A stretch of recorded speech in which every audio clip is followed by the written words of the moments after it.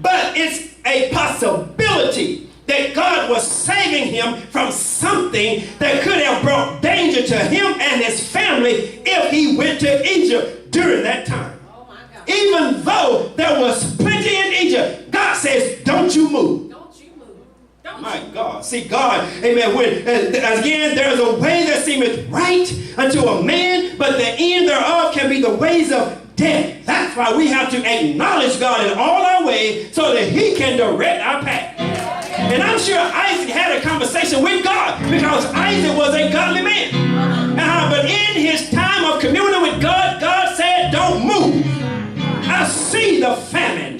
People are moving. They're migrating. They are leaving in groves. But Isaac, I need you to stay where you are because there is purpose for you staying here. You got to stay right here.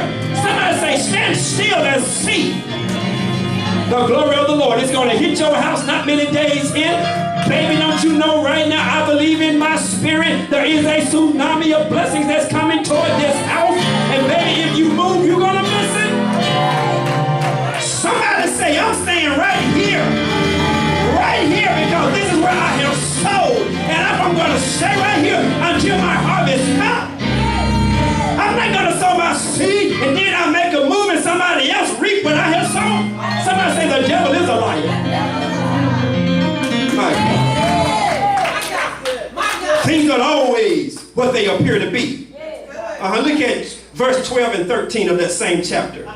Then Isaac sowed in that land and received in the same year an hundredfold. My God. And the Lord blessed him. And the man waxed great and went forward and grew until he became very great. My God, he became very great. And another version says he became very rich. And his wealth continued to grow. But Isaac sowed in the land. Now remember, the land was experiencing a famine. He was experiencing a famine. And God said, don't move. And so Isaac said, since I'm not going to move, I might as well sow right where I am. There has to be a reason, God, for you telling me not to move. There has to be a reason for you telling me not to go down to Egypt. There must be a reason. So I'm going to plant my seed right where I am. I know it's a famine. I know the soil is dry. Amen. But I know the law of reciprocity. I can't reap unless I sow. So therefore, I'm going to sow right where I am. Somebody say, you better sow that seed. In the midst of the famine, Isaac sowed seed, and God gave increase 100-fold when the same year. Somebody say, this is my year to receive 100-fold. I know we're 9 months into the year, but the year ain't over yet, baby. I've been sowing seed. And there may not have been a famine in the land, but there's been a famine in my household. But because God said so, I will reap 100-fold. Somebody say 100-fold is coming today. Why not today? Why not today? Why not receive it today? It can be tomorrow, next week, next month. I don't care, but this year I will receive 100-fold. The Bible said he sowed in that land and received in the same year. Baby, Job said, you shall decree a thing and it shall be established. Baby, you better go ahead and prophesy over your seed and say, Lord, 100-fold is coming to me this year. My God, this year. That's why I prayed over those who were tithing, who were giving, because I want you, to receive 100-fold for your faith and for your obedience. Somebody say, this year. This year I'm going to receive 100-fold. I know you said, well, you said that last year. Well, I want to say it this year. If it don't come this year, baby, come January, I'm going to say it again. I'm going to keep on talking. I'm going to talk myself up on a blessing. I'm going to decree, I'm going to declare, I'm going to speak the word of God. I'm going to do what God said. I don't care if there's a famine in the land or there's a famine in my house. It's going to come. Yeah. Why? Because I'm calling for, you shall call for those things, which be not as though they were. And I'm calling for the 100-fold blessing right now. And I rebuke the devil right now that will try to destroy my seed. Somebody say, devil, you a lie. My seed will produce. And will produce this year. As a matter of fact, I'm blessed right now. I may not look like, but baby, I'm blessed and highly favored. You can look at me want to, but I'm blessed. Somebody say, I'm blessed 100-fold right now. It's my year. It's my time. It's our season for increase. Somebody shout multiply and overflow this year. My God, it ain't over yet. Somebody say, it ain't over yet. So when we obey God and release the seed out of obedience into the ground, it will produce a harvest regardless of the condition of the soil. Hey! Somebody may try to tell you, that ain't good ground. You say, you a lie, devil. You say, it's good ground. Why? Because God said it. And I'm going to sow and I'm going to reap right where I am. But it's amazing how some Christians sow seed in other ministries when their own church is in need. I'm not saying you shouldn't sow seed outside of your garden, but at least you know what the climate is like where you are. At least you know what the climate is like. I mean, Isaac didn't know what the climate was like in Egypt. Oh, they know that there was not a famine over there, but when they got down there, they could have found out that, you know what, it's fruitful, but it's a lot of crazy folk over here. They prejudiced. They hateful, they mean, they disrespectful, they don't respect each other, they don't respect the men and women of God, they don't respect God, they don't respect nobody. They might have Benz and a Cadillac and 3 houses, but they mean and surly. Baby, I'd rather dwell in the land of Gerar than to go to Egypt where there's a whole lot of crazy and hateful people. Oh, okay, well, I would rather dwell in Gerar and sow my seed and obey God than to go into a place where the people are mean and surly. They don't love God, they don't love you, and they sure enough don't love what they do. They go through the motions as if they're excited about what they do, but they're really not. Okay. 2 Corinthians 9:6 says, but this I say, he which soweth sparingly shall reap also sparingly, and he which soweth bountifully shall reap also bountifully. Of a surety, we can't expect to reap a lot when we have sown a little. That's true. That's right. Amen. Oh my God. So it's apparent that Isaac sowed bountifully in order for his crop and livestock to cause him to become rich and wealthy. He became rich and wealthy in the time of famine. Why? Because he sowed seed, mother. He sowed seed in the time of famine, and he became rich right where he was. Come on, somebody say amen. Amen. So he said, if you sow sparingly, you shall reap sparingly. And when you sow bountifully, he shall reap bountifully. Bountifully. You shall reap bountifully if you sow bountifully. Jesus said it like this, give and it shall be given unto you. New Living Translation says, give and you will receive. Your gift will return to you in full. Somebody say, press down. Shake it together to make room for more, running over and pour it out into your lap. The amount you give will determine the amount you get back. He says you got to give it, and the same amount you give shall be returned unto you. Somebody say amen. But again, this verse speaks to the law of reciprocity. You reap what you sow, and the amount you reap is determined by what you have sown.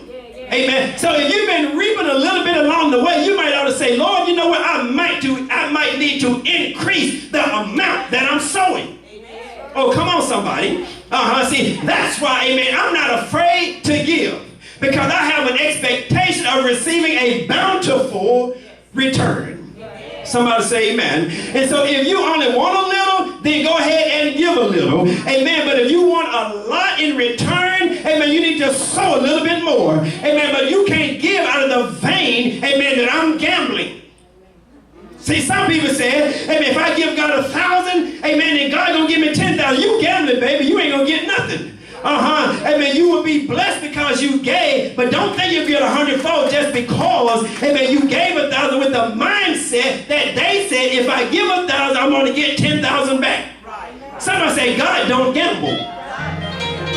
He's not running, amen, a slot machine.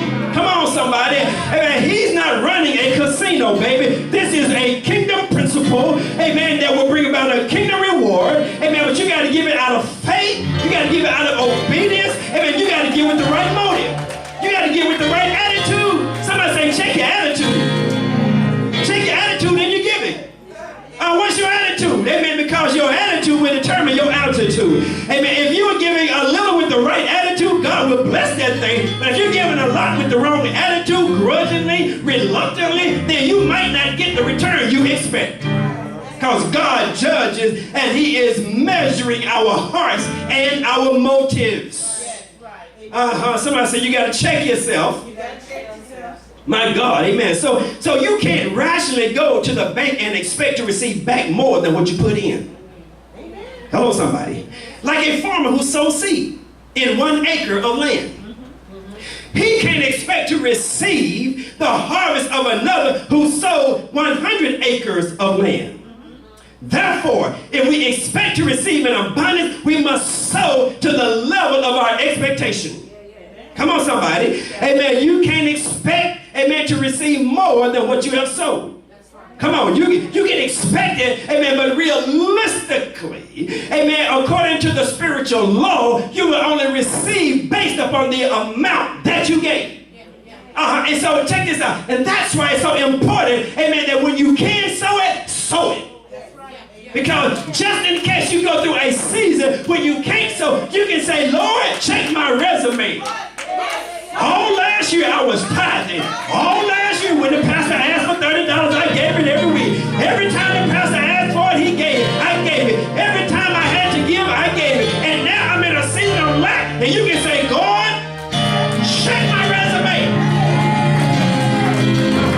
Check my pecan seed, baby. Somebody check my pecan seed. Because I need to reap from a pecan seed giving offering today. Somebody said, I need that thing to come now. Oh, you're not hearing me. Remember, the pecan seed, amen, you sow it. It slowly grows. It takes a while for it to come out the ground. But when it does, it gives a fruit for 100 years. And some people are so impatient, they can't wait for the seed to grow. They're impatient. They can't wait. They have no patience at all. Baby, let me tell you something. Your impatience, my God, can nullify your expectation. It can disannul your expectation if you don't have no patience. Somebody say amen. For you have need of patience after you've done the will of God, you might receive the promise. I remember one time I planted some flowers in our yard.